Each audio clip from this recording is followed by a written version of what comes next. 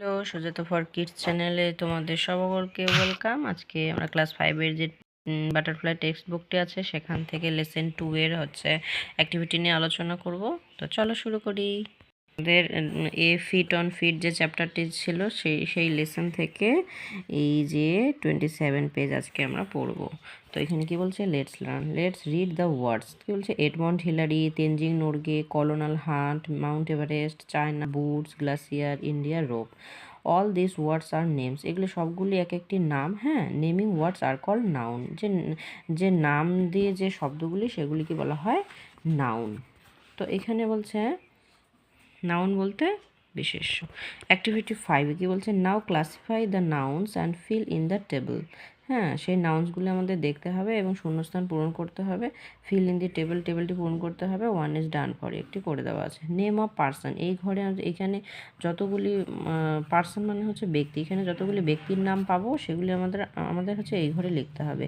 Name of place, এখানে আমরা যদি কোনো জায়গার নাম পাই তাহলে সেটা আমাদের এই ঘরে লিখতে হবে। নেম অফ থিংস, কোনো যদি আমরা বস্তুর নাম পাই সেটা আমাদের এই থিংসের ঘরে, বস্তুর ঘরে লিখতে হবে। নেম অফ পার্সন একটি দেওয়া আছে এডমন্ড হিলারি। তো এডমন্ড হিলারি দেওয়া আছে। তেনজিং নোরগে একটি নাম, কল হান্ট একটি নাম, মাউন্ট এভারেস্ট নাম, হ্যাঁ, চায়না জায়গার নাম। তো এগুলো লিখে নিই। এডমন্ড হিলারি নাম পেলাম, এরপরে লিখব তেনজিং নোরগে।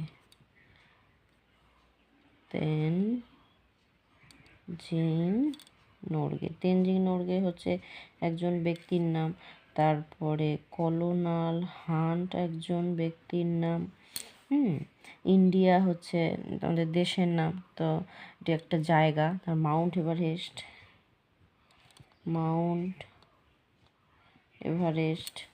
তার চায়না।